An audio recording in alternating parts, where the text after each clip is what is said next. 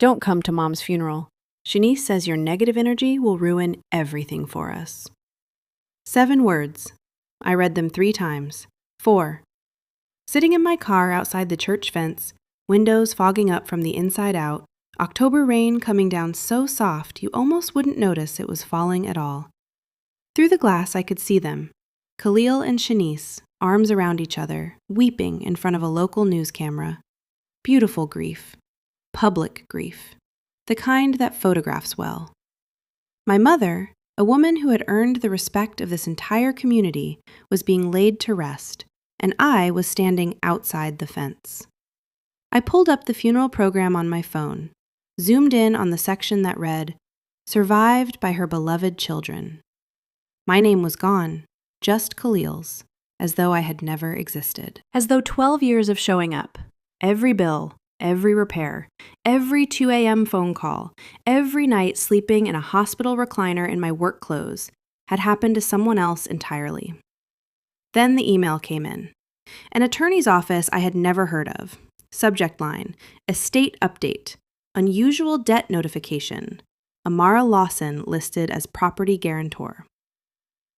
I sat there with that email glowing on my screen, and something shifted in my chest. Not fear exactly, something colder, more specific. My name is Amara Lawson, 38 years old, Vice President of Operations on Peachtree Street. 62 people report to me. For 12 years, I paid my mother's medical bills without a word.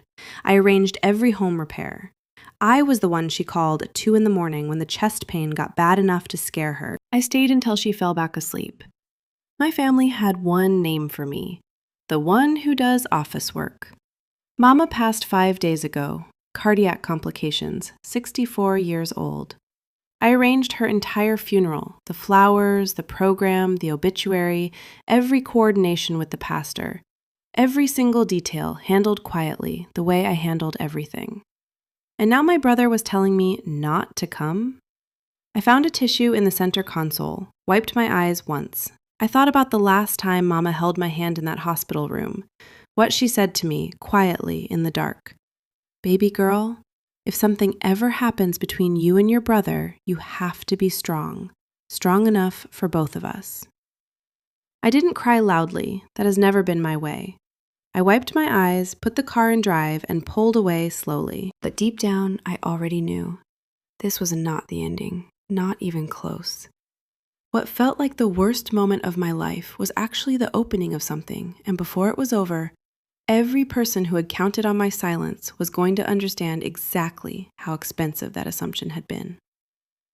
Before we go any further, if you have ever been cut out by the very people you carried, if you have ever been called selfish by the one you sacrificed the most for, stay with me, because what happened next was not what any of them expected, including me.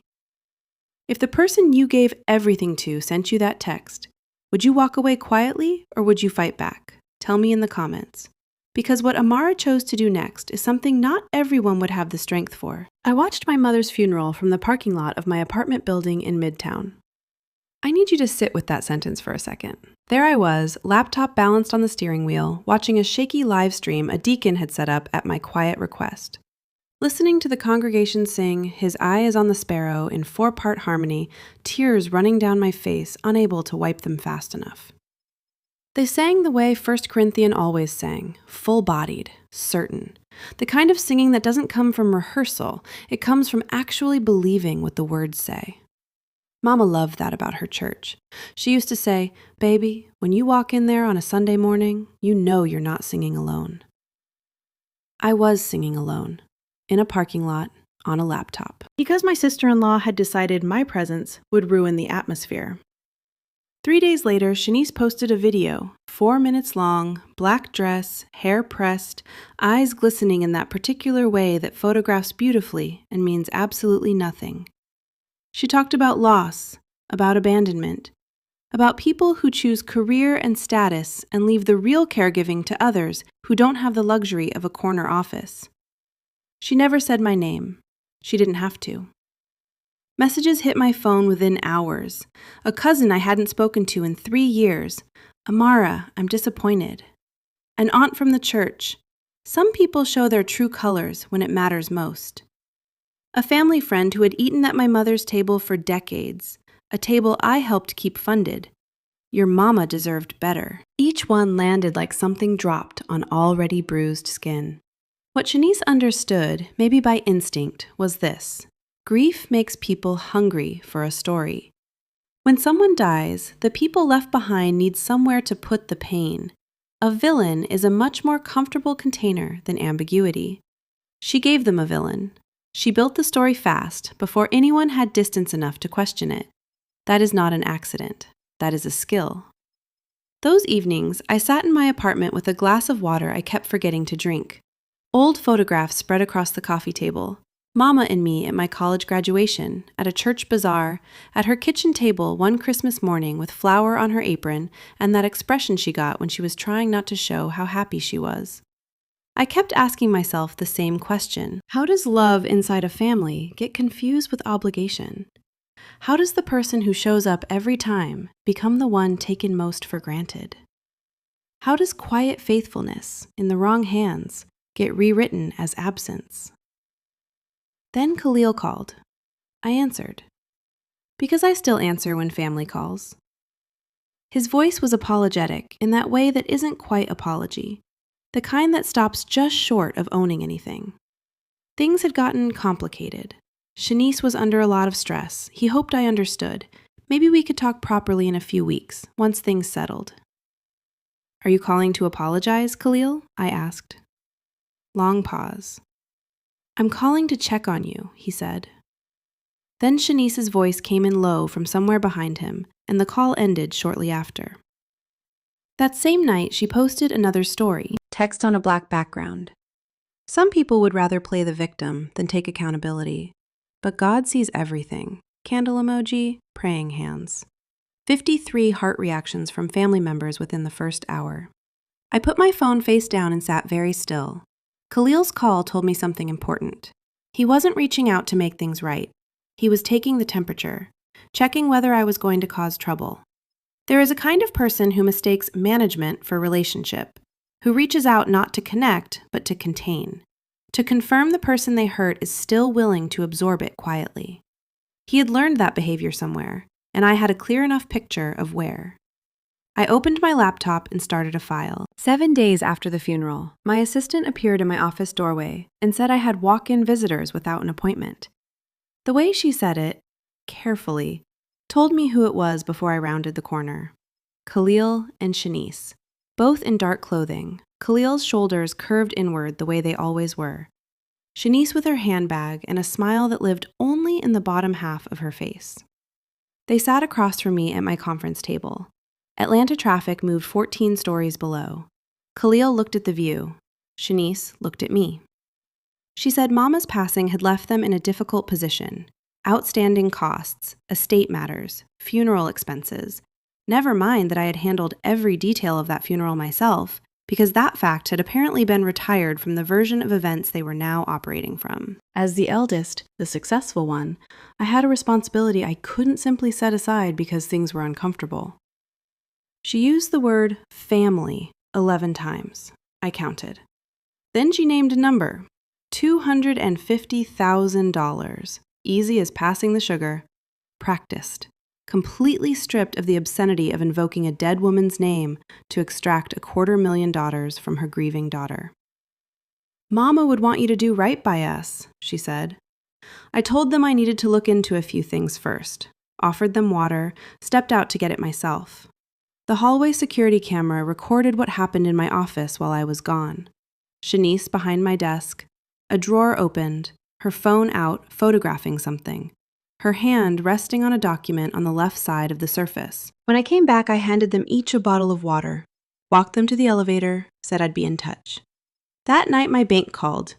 A flagged home equity application, submitted using detailed personal financial information that had no business being in anyone else's hands. I set the phone down on my kitchen counter next to the little succulent Denise gave me for my promotion, and I stood there in the quiet of my apartment and let the full shape of it arrange itself in front of me. This was not a family falling apart under grief. This was a plan. 3 days later, my father Desmond called. 65 years old, more intermittent than present for most of my adult life, but still someone I kept tabs on. His voice was shaking in a way I had never heard from him. Amara, he took a breath that sounded like it cost him. Don't try to come to the house. They changed the locks on your mama's house. Another breath. Baby, I am so sorry. Line went dead. I stood in my kitchen and understood something about my father in that moment I had been slowly learning for years. Desmond wasn't a cruel man. He was conflict avoidant. And conflict avoidance, when the stakes are high enough, produces the same damage as cruelty. It just lets the person who practices it feel better about themselves, while someone else pays the bill. Then I looked up a name I had found in Fulton County public divorce records. Terrence Whitaker, former husband of Shanice Powell, divorced roughly 18 months before Shanice met Khalil. He picked up on the second ring. When I told him who I was, he said something I won't forget. I figured someone from Khalil's family would call eventually, he said. I just thought it'd happen sooner. What Terrence brought to that meeting was a black notebook, and what was written inside it was about to show me that Shanice had done every single one of these things before. We met at a coffee shop on Church Street in Decatur, not far from the house on Flat Shoals. Terrence Whitaker was careful and quiet in the way of people who have been through something that permanently changed how they understand trust. He set a black notebook on the table between us, old cardboard cover worn at the corners, and didn't open it right away. He told me that when his father died 4 years ago, Shanice had managed the room beautifully, devoted, suffering, the one holding everything together while everyone else fell apart. In the months following the estate settlement, he discovered she had moved money through their joint accounts with a speed that could only have been planned in advance. By the time he understood what had happened, he had lost nearly $40,000 and spent 2 years rebuilding. The notebook, he said, tapping it, is the pattern. The exact language she uses, how she invokes what the deceased would have wanted, how she frames anyone who questions her as cold or selfish or in it for the money, how she waits for grief to be at its peak when the target is most open, and then she moves. I didn't interrupt. When he finished, I told him everything. The $250,000, the photographs taken in my office, the flagged loan application, the changed locks, my father's cut-off call. He nodded slowly, not surprised, just sorry. She's moving faster than usual, he said. Something scared her. What scared her, I had since learned from the estate attorney's office, was that Mama had spent her final months working quietly with an attorney downtown, without telling anyone in the family, making very deliberate decisions about where her legacy would go. Khalil and Shanice were apparently aware enough of that to be accelerating their own timeline. But there was something else, something I had been carrying in my jacket pocket for 2 weeks, the USB drive.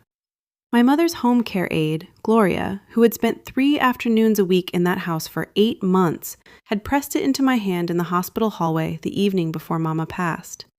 She said simply, "She told me to make sure this went to you, nobody else." I had been afraid to open it. Sometimes you know a thing is going to cost you something you can't get back, and you hold it at arm's length a little longer than you should. After leaving Terrence, I drove to Flat Shoals Avenue, parked under the magnolia. Couldn't go inside, the locks were changed, but I sat in the car and I put the drive into my laptop. Mama's voice filled the car. She recorded it in 2 parts. The first was for me, personal, precise in the way she was precise about everything that mattered. She named specific things. The electric bill in March of 2019. The water heater in 2020. The 9 consecutive days I slept in that hospital recliner during her 2021 stay. She said, "I kept a record in my own mind, Amara, not because you owed me anything, but because you deserve to know that not 1 hour of it happened without me seeing it." I had to stop the recording. I sat with both hands on the steering wheel and cried the way I hadn't let myself cry since she passed. No management, no holding it together. Just the full weight of it, finally, in the October quiet under a magnolia tree, on a street I had driven down hundreds of times. Then I pressed play again. The second part was different, deliberate, structured. Mama had placed the recorder in a room during a conversation she had anticipated, because what came next was not her voice, it was Khalil's, and Shanice's. Amara's always wrapped up in work, Khalil said. She doesn't check these things. Just get Mama to sign the loan documents. Tell her it's a routine refinancing. She won't question it. Shanice, smooth and certain. She'll never know until it's too late. The car was very quiet after that. My mother had heard every word. She hadn't confronted them in the moment because she wasn't building a confrontation. She was building something more durable than that. Something that would still be standing long after that conversation ended. I called the estate attorney's office first thing the next morning. Then I called Khalil, told him to come to the house on Flat Shoals with Shanice. Said there were estate documents we needed to go through. He said they'd come that afternoon. I didn't mention Terrence Whitaker would be there too. The meeting in that house was one of the hardest hours of my life. Not for what was said, for what the saying of it confirmed. Things I had half hoped weren't entirely true. They arrived carrying the confidence of people who still believe they control the story. The house smelled of lavender and memory, Mama's recliner in the corner, television off for the first time in what felt like years. When Terrence walked in, something moved across Shanice's face that she couldn't fully get under control, a stillness that wasn't calm. Terrence sat down, opened his notebook, and spoke for about 20 minutes. No emotion, just the pattern. Documented, methodical, precise. Khalil interrupted twice, voice climbing each time. "You're bringing this man in here," he said, turning to me, "when you know Mama always worried about you. Amara, you have everything. The career, the apartment, the money. Why can't you give your own brother something just once? Mama loved me too, maybe more, because I was here, I was present, while you were out building your life on Peachtree Street." I let him finish, waited until the room was quiet again. Then I opened my laptop and pressed play. Khalil heard his own voice say that I wouldn't check the documents, that his mother should sign whatever they put in front of her. The color left his face in a way I had never seen happen to a person before, and hope I never have to see again. He went very still, not meeting my eyes, not meeting anyone's, looking at the middle distance of a room full of his mother's things. Shanice tried. That's been taken out of context. Stop, I said. My voice was calm, not cold exactly, just settled in a way that had taken everything I had to arrive at. What Khalil had said just moments before, that Mama loved him more, that he was the one who was present, that wasn't really an accusation. It was a confession wrapped in an attack. People who know they are guilty tend to strike first and loud, hoping the noise will hold long enough for the moment to pass. What they're really doing is testing whether you'll back down before the truth surfaces. I didn't back down. "You have 30 days to remove your belongings from this property," I said. "The estate attorney files the trust paperwork this week. Any further attempt to use my name or my financial information without my consent becomes a matter for law enforcement. Not family, law enforcement." Khalil didn't sink into a chair. He didn't drop his head. He stood there for a long moment and then, slowly, like something inside him finally gave way, he lowered himself down, all the way down, until he was on his knees on his mother's living room floor. Eyes full, hands open at his sides. "I knew," he said, just above a whisper. "I knew what was happening and I didn't stop it. I didn't stop it because I was afraid of losing her." No need to clarify which her he meant. "I'm so sorry, Amara. I am so sorry." There are moments when someone finally tells the truth and the relief you expected doesn't come. Because the truth, once you're standing in it, is worse than the version you'd been half hoping wasn't real.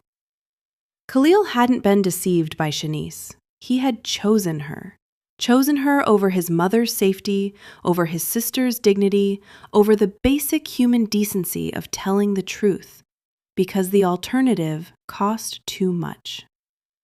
That's not a mistake. That's a decision. and decisions require more than an apology to address. I believe you're sorry, I said. Right now, in this room, I believe it. I picked up the folder of documents from the coffee table and tucked the case of files under my arm. But sorry doesn't rewrite what's on that recording, Khalil. I walked out of that house. Case of documents in hand, chest heavy but clear. Driving back through Decatur, I knew the memorial service in 3 weeks would be where this story reached its real ending. Because Mama hadn't just hidden a drive and recorded a conversation, she had built a room, and everyone was about to walk into it. What happens at that memorial will leave an entire congregation speechless, and the final twist involves something Mama prepared long before any of us realized she was watching. The celebration of life was held on a Saturday morning in November at First Corinthian Baptist Church. The sanctuary was packed. Church members who had known Mama for 15 years, neighbors from Flat Shoals Avenue, family from Macon, Savannah, Birmingham, that pale winter light coming through the tall windows, the kind that makes everything feel both present and already becoming a memory. I got there early. Navy blazer, cream blouse, hair back, simple earrings. Third row, hands folded, breathing steady, waiting. Shanice arrived like someone who had been rehearsing this role long enough that it stopped feeling like a performance. Moving through the room, touching arms, receiving embraces, her black dress fitted, gold earrings catching the light, eyes glistening in a way that read as grief if you didn't know what to look for underneath it. Khalil stayed near the side wall. When he saw me, he looked at the floor. The service began. Hymns, reflections from people who had known Dorothy Mae Lawson long enough to know the real texture of her stubbornness about paying her own way, her refusal to let anyone near her feel invisible, her sweet potato pie, her choir voice, her specific and genuine laugh. Then Shanice took the podium. She was good. I'll give her that without hesitation. Composed, warm, voice breaking at exactly the right moments. She talked about Mama as a woman she'd loved like her own. She used family as a key again to unlock the sympathy of everyone in that room. When she finished, people were crying. Someone behind me said, "Amen." Then my Aunt Gloria stood up. Aunt Gloria is my mother's older sister, 71 years old. She drove up from Macon 2 days before this service without telling anyone except me. She didn't go to the podium. She just stood where she was, second row, with the authority of a woman who has been carrying truth for 7 decades and has no intention of setting it down. My sister called me 3 weeks before she passed, she said, voice needing no microphone. She said something I've been thinking about every day since. She said, "Gloria, if Amara is not sitting in the front row at any gathering held in my name, it means somebody in that room told a lie about her. And I need the people who love me to know that." The room went still, the kind of still you can feel. I stood up and walked to the small table at the front of the sanctuary, where I placed a manila folder when I arrived, set it at the edge.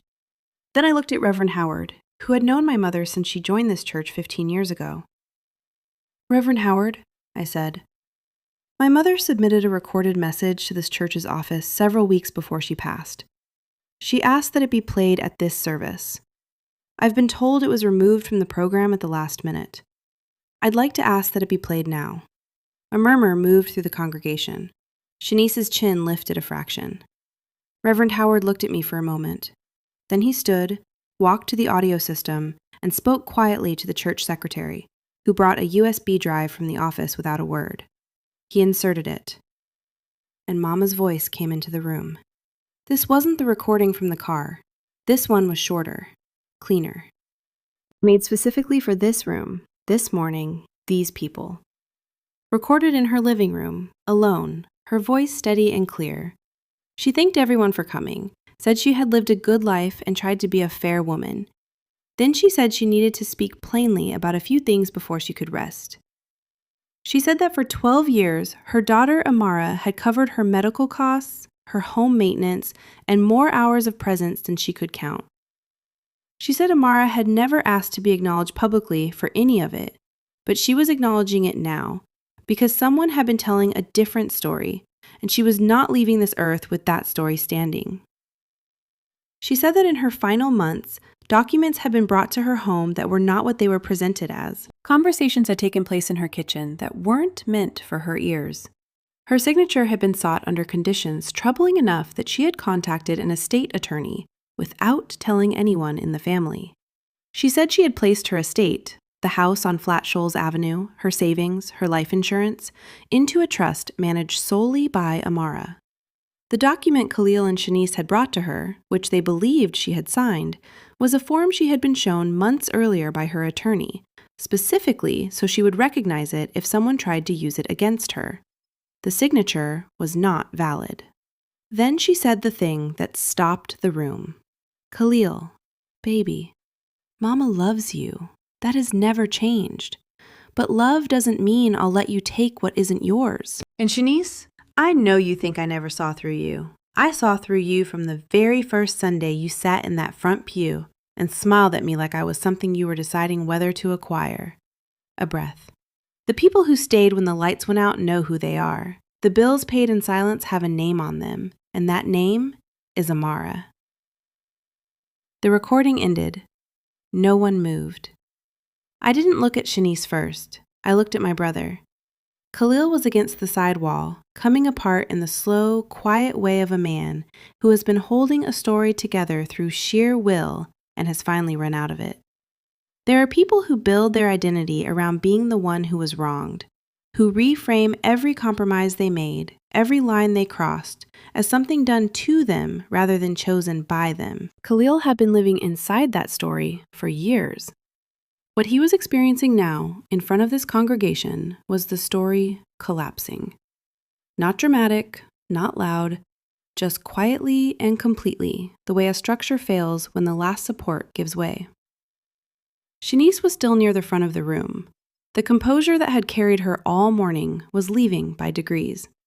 Her hands, folded so carefully before, were at her sides now. Her eyes swept the room and found nowhere to land. She had never planned for this. She was skilled at one-on-one, at managing what a grieving person heard, believed, passed on to others. What she could not manage was a room full of witnesses and a dead woman's voice. You cannot gaslight an audio recording. You cannot reframe it or post a follow-up story at midnight. It simply is what it is. And what it was the truth. Patient and immovable and already in the room before she arrived. My father Desmond stood up from near the back. He spoke quietly, said he had known something was wrong for longer than he had allowed himself to act on. Told himself he was too old for conflict, too tired to start a family war, that things might work themselves out. Said he had used that reasoning as permission to do nothing, and that doing nothing while his daughter was cut out of her mother's funeral was not neutrality. It was a choice. He was ashamed of it. He apologized to me by name. He apologized to Mama's memory. Sat back down. People near him put a hand on his shoulder. Khalil spoke next, quietly. He said the reason he'd sent that text, the reason he kept me out of the funeral, was because Shanice had told him I would make it about myself, take over, overshadow his grief with my competence. He said he had believed her because believing her had become, over the years, the path that cost him the least in the moment. He said he understood now what that path had actually cost him. He said he was more ashamed than he had words for. No one moved to comfort him. Shanice walked out before the closing prayer, heels on hardwood, each step deliberate, evenly spaced, like she was choosing the terms of her own exit.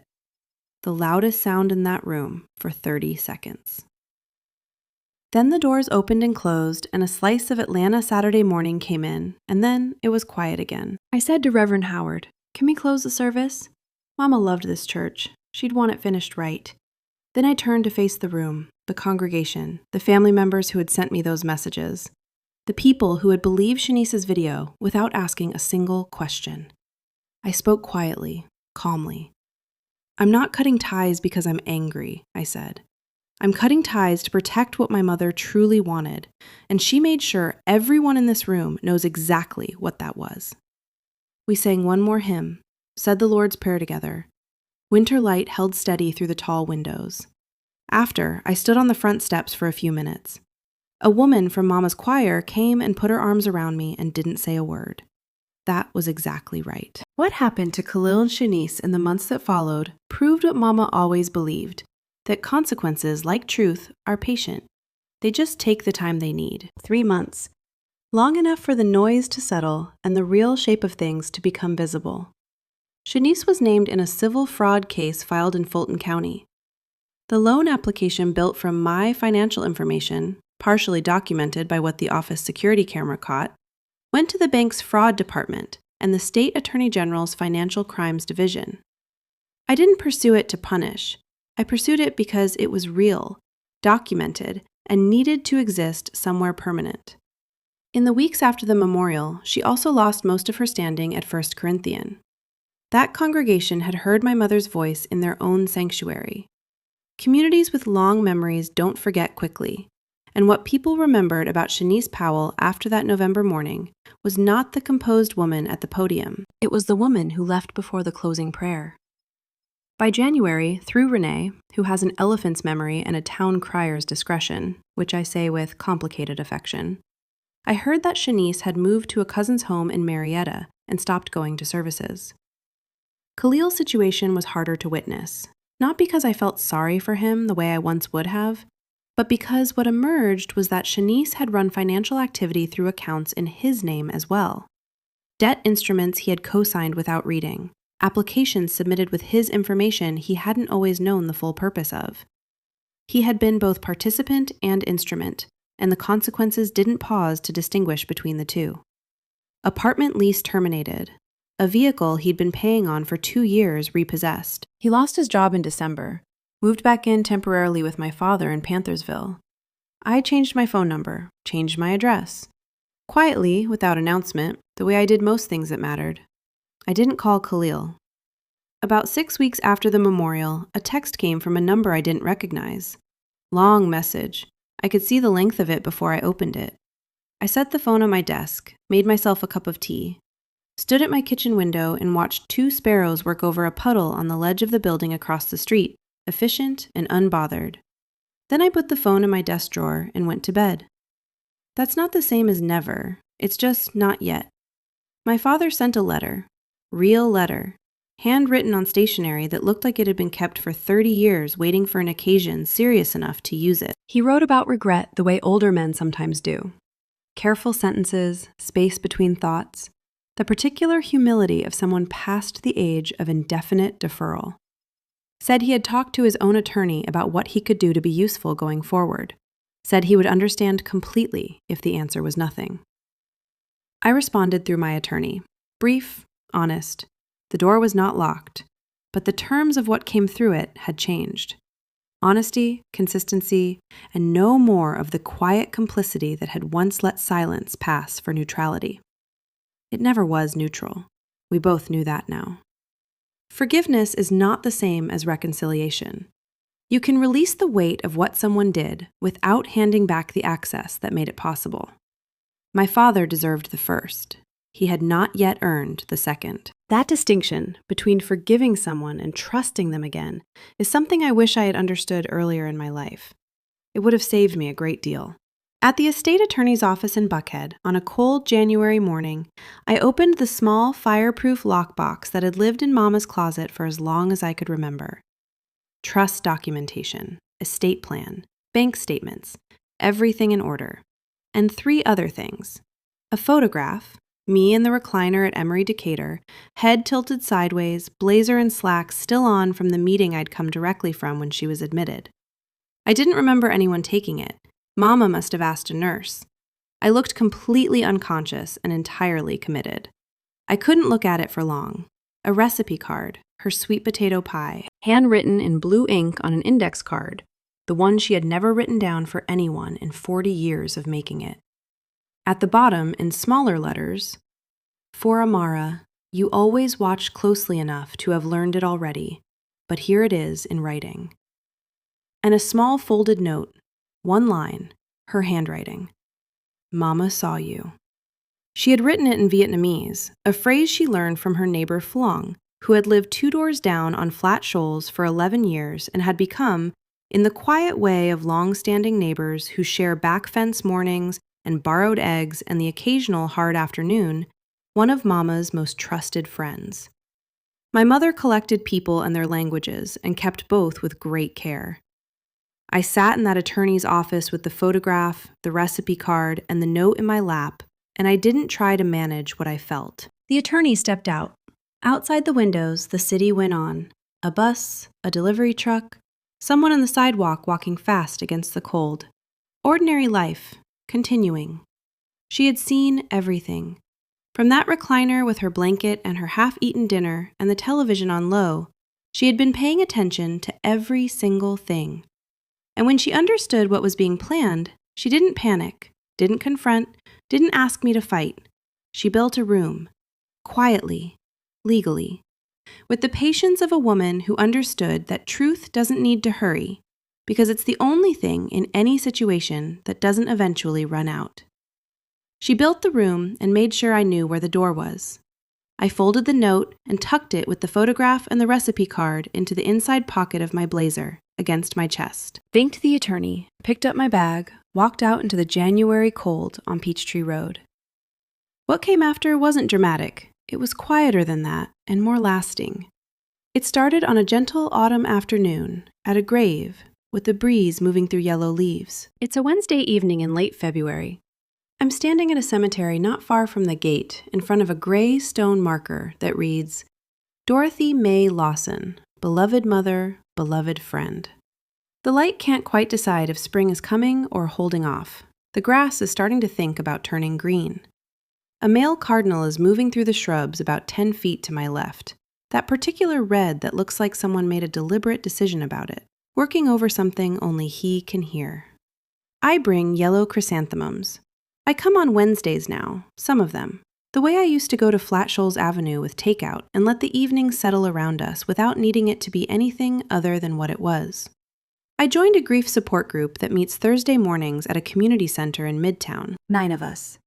A retired school teacher, still figuring out who she is without the job. A man who lost his wife of 40 years and doesn't know what to do with his evenings anymore. A woman close to Mama's age who lost her son and carries it with a dignity I find genuinely instructive. The quiet kind that doesn't announce itself. We sit in a circle. Sometimes we talk. Sometimes we just sit. Both count equally. I've been sleeping better. That's not a small thing. It's a specific and daily mercy. I've been cooking, from scratch, in my Midtown kitchen where the counters catch afternoon light. Made Mama's sweet potato pie twice from the recipe card. First time it was almost right. Spicing correct, crust needed more time. Second time it was exact. I stood at the counter with that pie cooling and talked to her out loud for a minute. The way you do when the person is gone, but the conversation is still entirely real. Told her what I'd adjusted. Told her the crust was the thing that required the most patience. I could almost hear her say that the crust was always the thing that required the most patience, and that this was also true of most important things in life, and that I better write it down somewhere. The relationship with my brother is not repaired. I won't dress it up. I don't know yet what it will become. What reconciliation would require, consistency, honesty, the willingness to see clearly and say so without needing to be cornered first? I don't know yet if Khalil has found those things. I've left the possibility open. I haven't left the door open to any version of the old arrangement, where I carried and he accepted and silence was permitted to pass for peace. What I've learned, slowly, without fanfare, the guilt of saying no to someone who has hurt you is not a sign you're doing something wrong. It's the residue of years being trained to believe your discomfort matters less than someone else's convenience.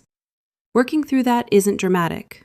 It's quiet and daily and mostly feels like simply refusing, gently, again and again, to go back to the way things were.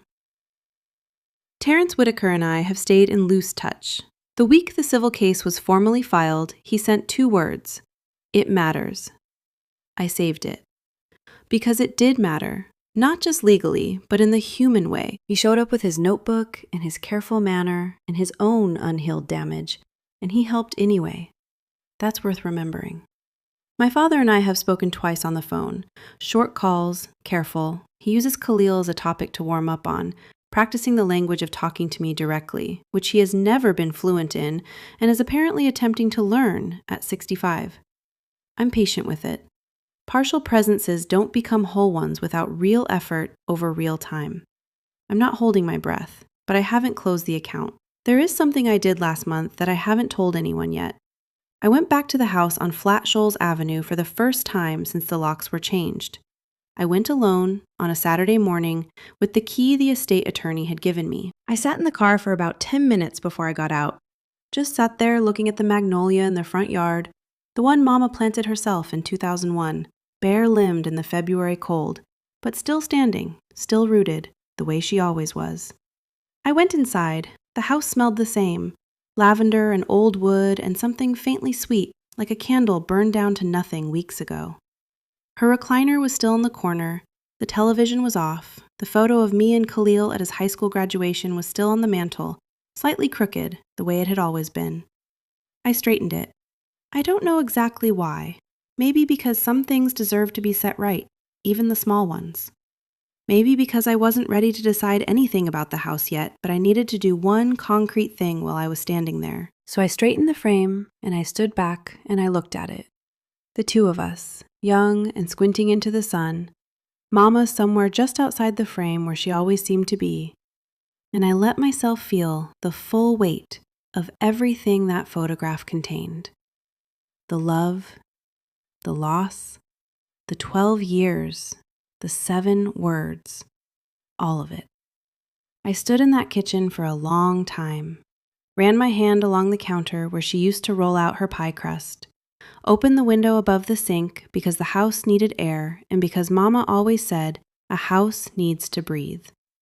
Stood there listening to the magnolia move in the wind outside. I didn't cry, I just stayed. The way I always stayed, with her and for her, without needing it to become anything other than what it was.